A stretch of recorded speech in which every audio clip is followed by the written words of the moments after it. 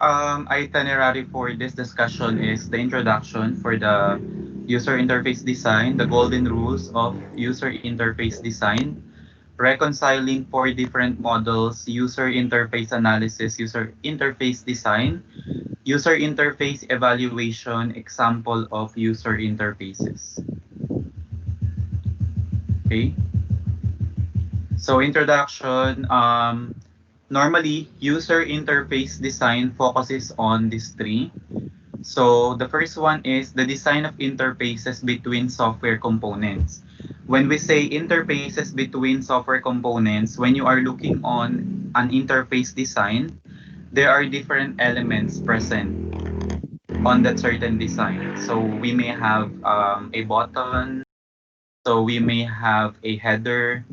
So those are the things that are correlated to each other. And if you are designing a user interface design, their color schema should actually reflect not just the way your client want this to appear, but also they should complement with each other. So there is no harm in suggesting, but the final go or the final decision would be for your clients, not with you. Are we clear with that?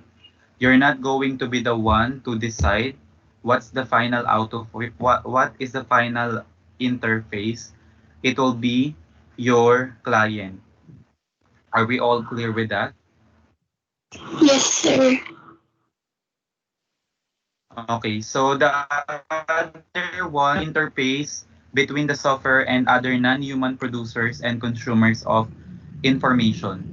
So when we say other non-human producers and consumers of information, it may be other technology involved. So we have different third party that we are using. So we have Blender, we have Adobe Photoshop. So those are the ones creating the other elements of your design. I'm sure you're familiar with Paint and Adobe Photoshop, right? Opo, sir. Yes, sir. So those are the things that you can use to design your user interface design, and they are called non-human producers. Consumers, on the other hand, of informations are these are where you upload your information on the design. So we have Adobe XD.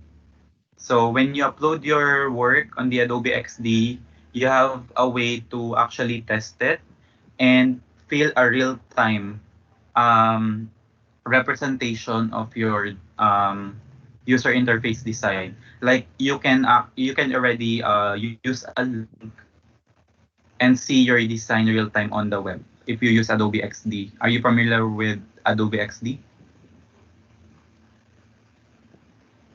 Not po, sir. Okay, so I will show you Adobe XD. I'm not a user interface designer by profession, but I have this because of my thesis. So I'm just taking note that all of the things that I'm showing to you, just a disclaimer with the post on the whatsoever explain that to you 100%. So that's just a disclaimer because I saw the post in XD, but I have it on my computer. Don't search and then your client. Then the other human that is concerned computer, Adobe XD, but I have it on my computer. Don't worry. So the next one is the design of the interface between a human and the computer. So when we say between a human and a computer, it will start with you as the designer, and then the other human that is concerned here is your panel of experts and then your client. So what are we going to do first? It depends on your methodology that you are following. So it might start with you going to your client, then going to the panel of experts. But it may be sometimes going from you, going to the panel of experts, then the final answer is your client. So it depends on the project methodology that you are using. So I'm not just sure if that project methodology is part of our subject. I'm going to review our syllabus. If it's part, we can discuss that later on. Do you have any questions so far with our topic? All clear? Clear po, sir. Thank you. So graphical user interface, or sometimes we call it GUI. So if it's many, it's GUIs, plural, have helped to eliminate many of the most horrific interface problem. Why? Because there are some issues before that the interface is not user-friendly. But by the help of a graphical user interface, because it's actually visible by the with the client, you can actually easily change the parts of the graphical interface design. So that eliminated the most horrific problem of the interface before. I'm sure you are familiar with the interfaces before when you were little. So have you remembered Friendster? Have someone used Friendster before? Class, are you there?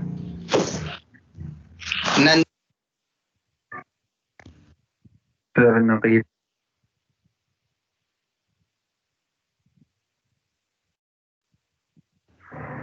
Sir, nakita lang ko pero hindi ko nakagamit.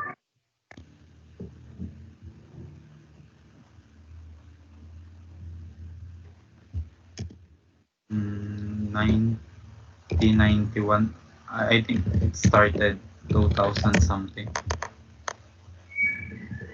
Okay, so let me show you an example of the GUI of a Friendster. Friendster is popular before. It's like Facebook, but there's only limited things that you can do in Friendster. But all of the things that you can do in Friendster, you can do in Facebook.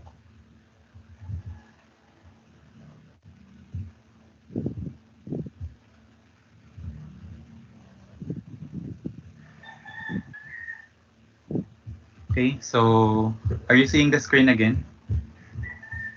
Yes po, sir. So this is the GUI of Friendster, the different GUIs of Friendster. So how do you compare it with Facebook, the GUI of Friendster?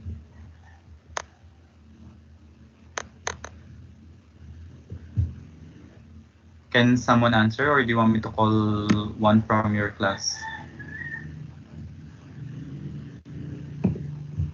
Ivan Joyce. Parang ang messy po nung interface. Medyo lang po. Okay. How about the color combinations? It has a warm color combination po, sir.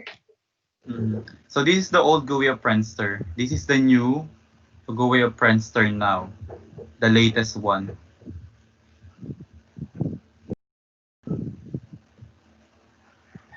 So how do you see the difference between the two GUIs that I've shown to you? Compare po dun sa isa, sir, this one, looks better po and hindi po masakit sa mata. Okay, so that's one of my example of an horrific design. So there's white and then there's orange, and it's, for me, it's not enticing to the eyes compared to this one. That the name is Friendster, so it should be friendly to the eyes. So I think they did a good job reinventing the design of Friendster. So that's what I'm explaining to you guys regarding interface design. So by the help of a graphical user interface design, the clients or the users already have the ability to say something about it, and then you can change it based on their comments. Is that really helpful with you as a programmer? Yes po, Yes, sir. po, sir. Okay, so are we getting the notion of this discussion now while we are moving forward? Yes, sir. Okay, so I'm hoping that I'm able to explain it properly to you, because as I mentioned before, my goal is to help the student for, but there are not doing the limitation class and a sequential linear development. This is what do we call and then you also have to do analysis related to the topic that. So that's just my tip. That's not being face design. There are things that you need to do. You have to do interviews. You have to have questionnaires. And then you also have to do analysis related to the topic that we have last meeting regarding the limitations of the people and how they should be related to the technology and what graphical user interface are better for those different clients. So we have this what do we call a spiral process for the user interface development. So when we say how do you determine a spiral figure class?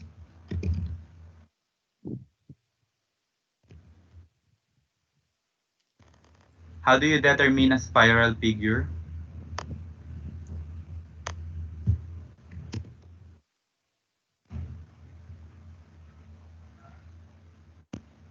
Maceda,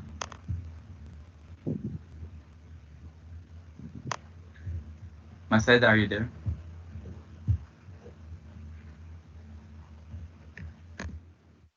Yes, sir. Yes. So how do you describe a spiral figure?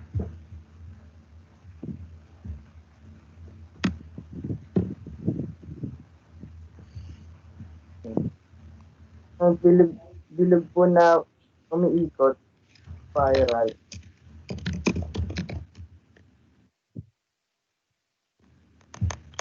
Parang umiikot? Yes, sir.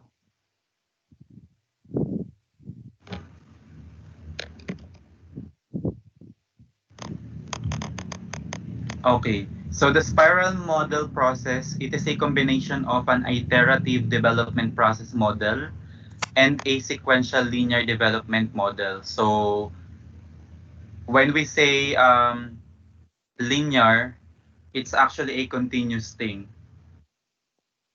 And when we say sequential, there are things that need to be followed. So from the creation up to the last part of the evaluation, there is a step-by-step procedure that we have to follow. So that's actually what we are following for a spiral process. So that's still depending on the methodology that you're gonna be using. So when we are ready on the methodologies, we could discuss that. So I'm going to review your syllabus to see if that's part of it. If not, if we still have time, maybe I could give that as an additional topic right after we end it. So that's an additional help for everyone. But I would still need to double check. Do you still see my screen or not anymore? Not anymore, Okay. sir. Okay, so I'm going to show again. Sorry for the interruption. So, so we have this spiral process. So in an interface analysis under the spiral process, we have user, task, and environmental analysis. So we have user analysis, task analysis, and environmental analysis. So user analysis, this is how you analyze the user, their behavior, how the GUI should relate to them. And then the task, it's your step-by-step task on how you're going to perform. Because before you do something, you have to have a plan and objective as well. Should be on the objective part. Environment analysis, it's the environment that you are using. So which programming tools you're gonna be using, what programming environment you're gonna be using for it, what environment you are gonna use this for your user interface design. So those are the things that needs to be taken note under the spiral process. So under it, you also need to focus on the profile of the users who will interact with the system. And then you also need to concentrate on the user's task, content, and work environment. You have to study different models of system functions as perceived from the outside. So you should actually do a research about related technology related to the ones that you are doing. And you have to have a unique identifier, especially for those who are already published. Why? That's for you to avoid copyright issues in the future, because maybe if you experience copyright issue, um, no one will hire you anymore since it's a recorded um, thing. So you have to be careful whenever you do something to prevent yourself from being banned from a certain company. So you also need to delineate the human and computer oriented tasks that are required to achieve system function. So you have to list the human and computer oriented tasks. So your own task, what is the task of your client, and also what are the task of the tools that you're gonna be using for programming, for the design, for the testing, and for the database as well.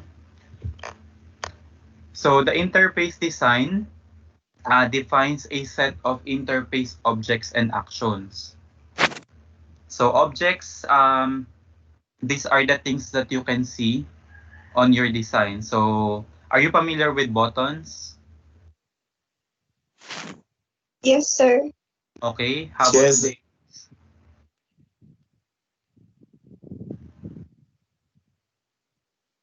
How about links? Yes, So in Facebook, how many objects do you see? Or can you give me an example of object that you can see on the GUI of Facebook? Mary Joy?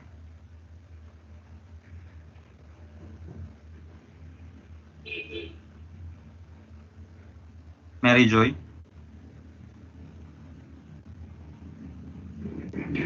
Mary Joy Joram? Sir, Yes, can you give me an object that you can see on the interface of Facebook? home button po. Home button. Okay. And then what actions can you do using that home button? Um, dito. Napu So when you click the home button, what happens? mapupunta po sa sa homepage po ng Facebook. Sa homepage. So that's an example of an object and an action. So it normally enables a user to perform all defined tasks in a manner that meets every usability goal defined for the system. So the goal for that certain object in Facebook is for you to be routed to their homepage. So that's just one example. So we now go with interface construction. So before I move on, what do you mean by, what is the difference between design and construction? Mission, Resty, are you present today? Sir, So how can you differentiate design and construction? in design and construction, ano sir? Yung design po, ito po yung ano, wait lang sir, wait lang. yung design, ito yung parang plano. Yung Okay. ito yung plano mo. Then yung sa construction, ito yung steps kung how are you going to apply the design na nagawa mo, sir. Okay, so thank you so much. So normally in a spiral process, we begin with an interface design. So we design everything and we define how those objects will work, but it's not yet a thing that is working. You are just designing and then listing the possible actions that certain objects can do. So it's the whole design, but it's not functional yet. But when we say interface construction, the difference with the design is on this part you can already test the design that you did. So that's what we are doing in Adobe XD as an example. Since that is not working on me, maybe my trial period has expired. But um, you can design in Adobe XD and then you can test it afterwards as a prototype. So that's the interface construction. You are checking if your design is working properly as it was mandated by you on your objective. If it's not, you have to reiterate what you need to do with the design and then go back to the construction part again. Are we all clear with interface design and interface construction? Yes po, sir. Yes, sir. Any questions about it? None, sir. Are you sure? Okay, so now we move on with interface validation. So it normally focuses on the ability of the interface to implement every user task correctly, to accommodate all task variations, and to achieve all general user requirements. So if you are able to test and evaluate using the construction, now on the validation, you are going to validate if all of the tasks can be performed by your prototype depending on your objectives. So you have to check if the home button really goes to the home page. You have to check if your URL, when you click it, it's really going to that certain web page. Because we cannot present it to the client without making sure that all of these are working properly. So the degree to which the interface is easy to use and easy to learn is called interface validation. So the user's acceptance of the interface as a useful tool of work is also part of the interface validation. So normally, on the interface construction part, this will be your IT expert that will be evaluating your system if they're gonna give it a go or not. In a company, it's your managers. Then on the validation part, it will be the clients. So the clients will tell you if the design is acceptable to them, if the buttons are acceptable to them, even the location of the buttons and the hyperlinks. If they decide to change that, you have to change it as the designer. So what are the golden rules of user interface design? Number one is you have to place the user in control. I mentioned this earlier. It's always the user that will be deciding on it. Why? Because they are the ones that will be paying for the system. So the first thing that you need to do is to define interaction modes in a way that does not force a user into unnecessary or undesired action. So what do you mean by this one? So if it's a homepage button, when the user clicks on it, it should be the homepage button. But there are some times that when a user click on a certain button, it goes somewhere else. Like if you click the home button, sometimes it goes to an exit. So it's a problem with our system.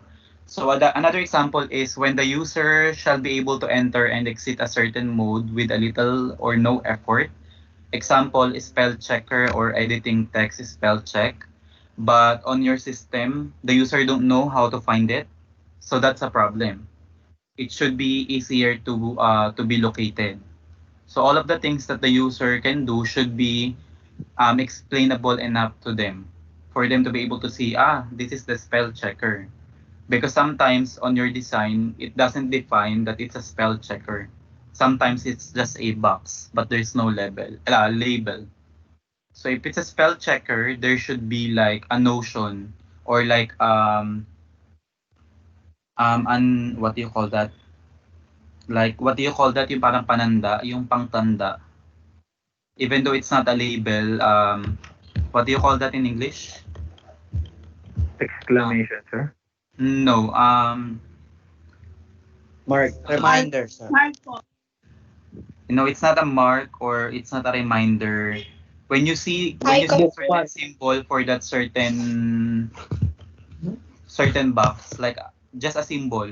Like for example, if you use an exclamation point, it it normally explains that there's an error, right? Even though it's not saying error. But if you see an exclamation mark, you will easily see that it's an error, right?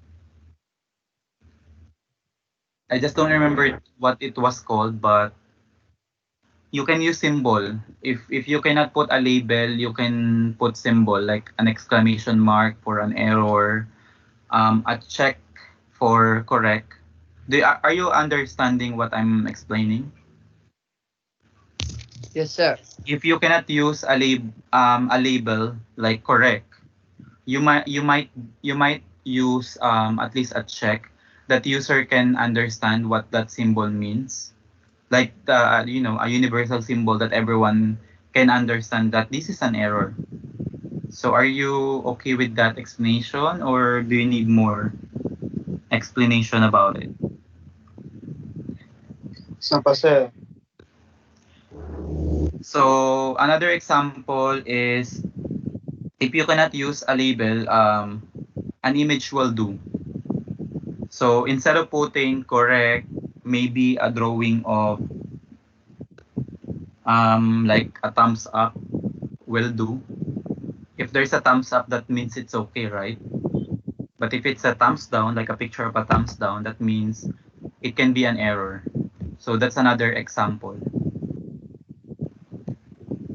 But if you could just put a label on it, there's no issues at all using symbols or images to represent it.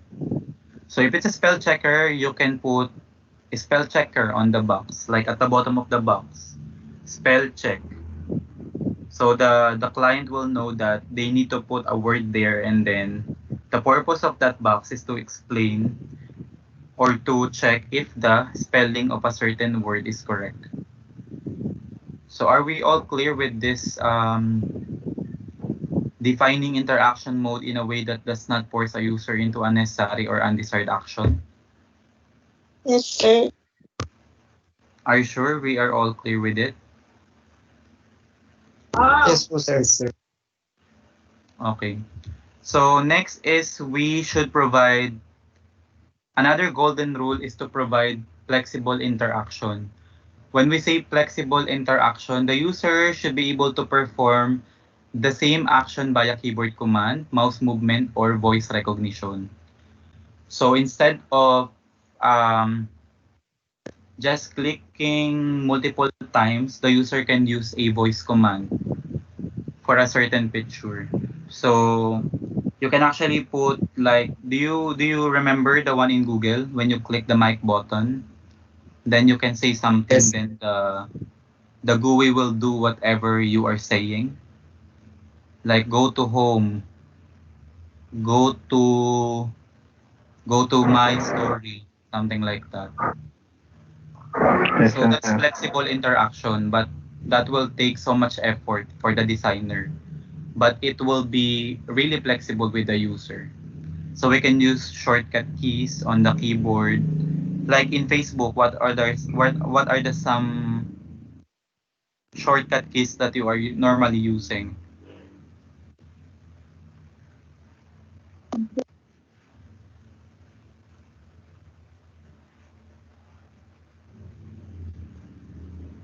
Okay, so let me call someone. Ibarra. Sir, So what are the shortcut keys that you normally use in Facebook? ano sir? Control A, Control C, Control V. So what are those for? Yung Control A, sir, select all. Tapos yung Control C, copy. Tapos yung Control V, paste. So how do you relate that to a flexible interaction with a user for you as a user of Facebook?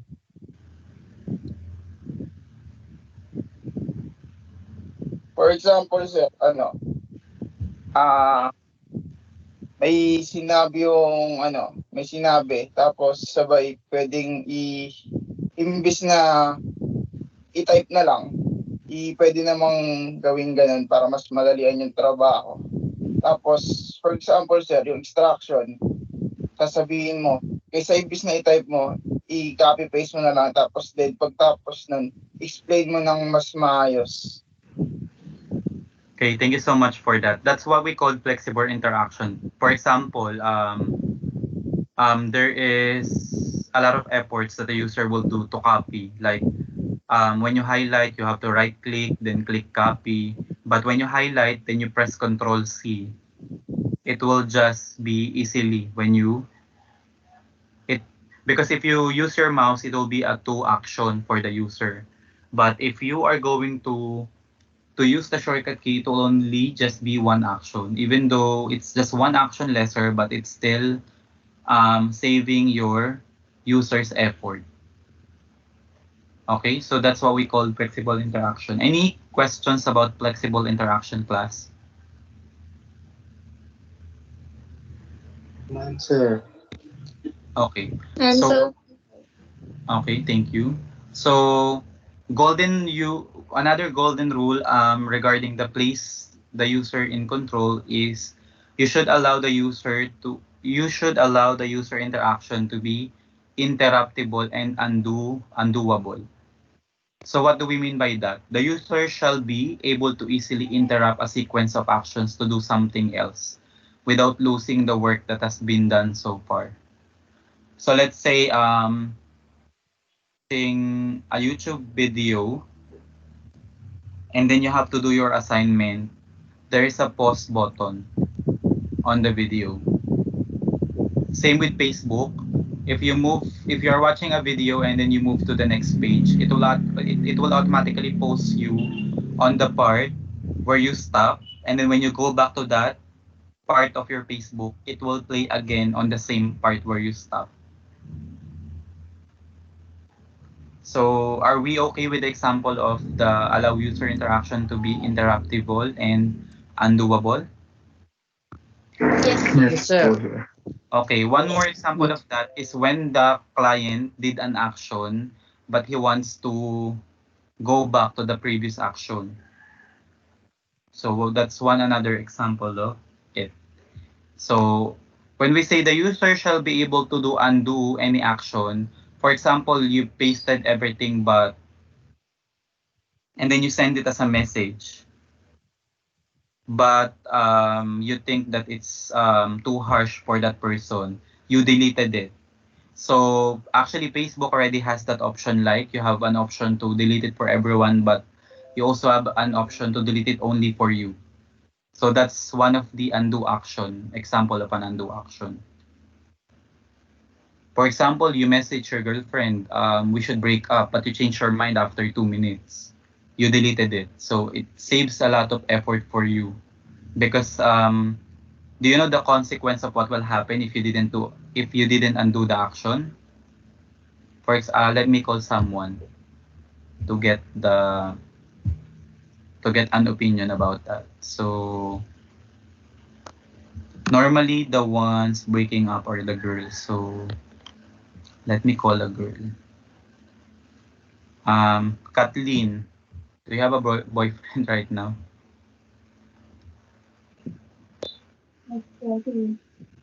Sorry? Not all. Meron po. Okay, so let's say for example, since you have a boyfriend, so you can relate, you decided to break up with your boyfriend using Facebook Messenger. You sent a No. message, let's break up. And then you decided after 2 minutes that, no, I still love him. So you deleted it for everyone. So how do you see the convenience of that certain button for you? Sir, di ko po ginagawa yun. Just for example, that you're doing it based on the scenario and to relate it to our topic. As a user, how is it convenient for you? Let's say, for example, you already did it. You already said it to chat. And then you have an option to delete it and the other person will not see it. So how do you see the convenience for that on your part as a user?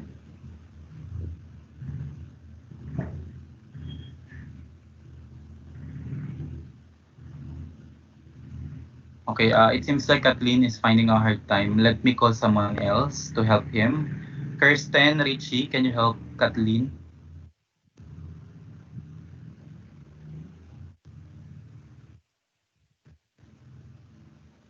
Kirsten?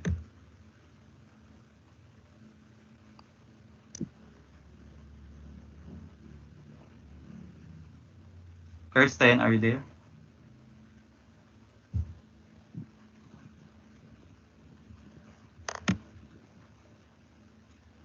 Okay, Gleroneline Castro. Hello po. Yes. Can you help Ano po po, Kathleen? super convenient po siya kasi pwede pong i-unsend po yung message niya. Kunyari, break na tayo. Kaso ni-screenshot niya po. Charot. So, how do you compare it when that certain software doesn't have that undo button or unsend button? So, Ano po, hindi po siya maganda sir kasi kung wala po siyang undo button, marami pong magkakaroon po ng misunderstanding po lalo na po sa Facebook lang po nag-uusap o Messenger. okay, and the consequence, the gravity of what will happen, for example, Kathleen changes his mind that she doesn't want to continue breaking up with the boyfriend. So how do you compare it with the consequence that will happen if there's no undo button?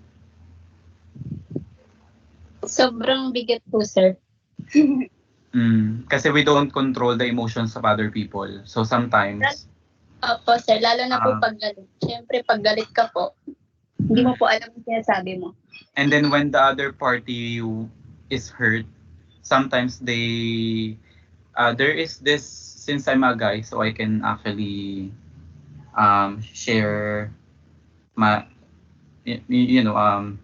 my perspective as a guy.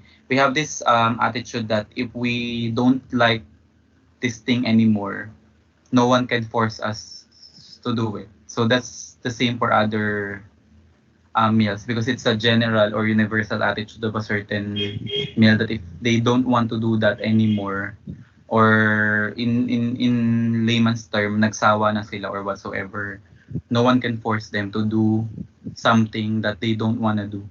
Can you relate, guys?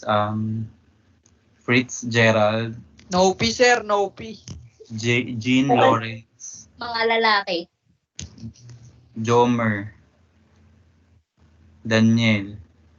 Do you have that attitude sometimes that if you don't like to do this anymore, no one can force you to do it? Sa bagay lang, sir. Sa bagay lang. Pero sa tao po, hindi. How about the others?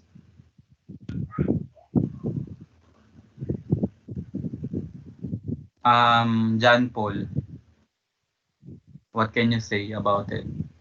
Sira po yung mic niya, sir eh. Ganun ba? Okay. Hindi po siya sira. Joke lang. John Matthew, what can you say about it?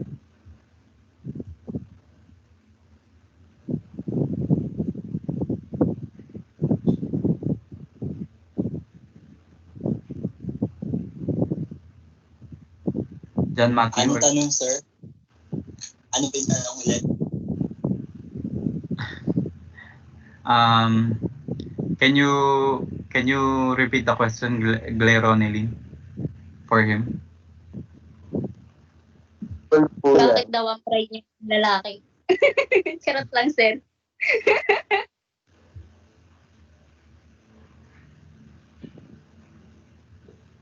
Ayun po yun, sir. Di naman lahat eh. But most, I think majority are like that. Am I correct? Or like in 100% in the world, like 75, I think, are like that. Because if you look for researches, that's actually one high chance of the reason for breaking up. If you will do some research. How about you, John Vincent Vicena? Sir, Yes.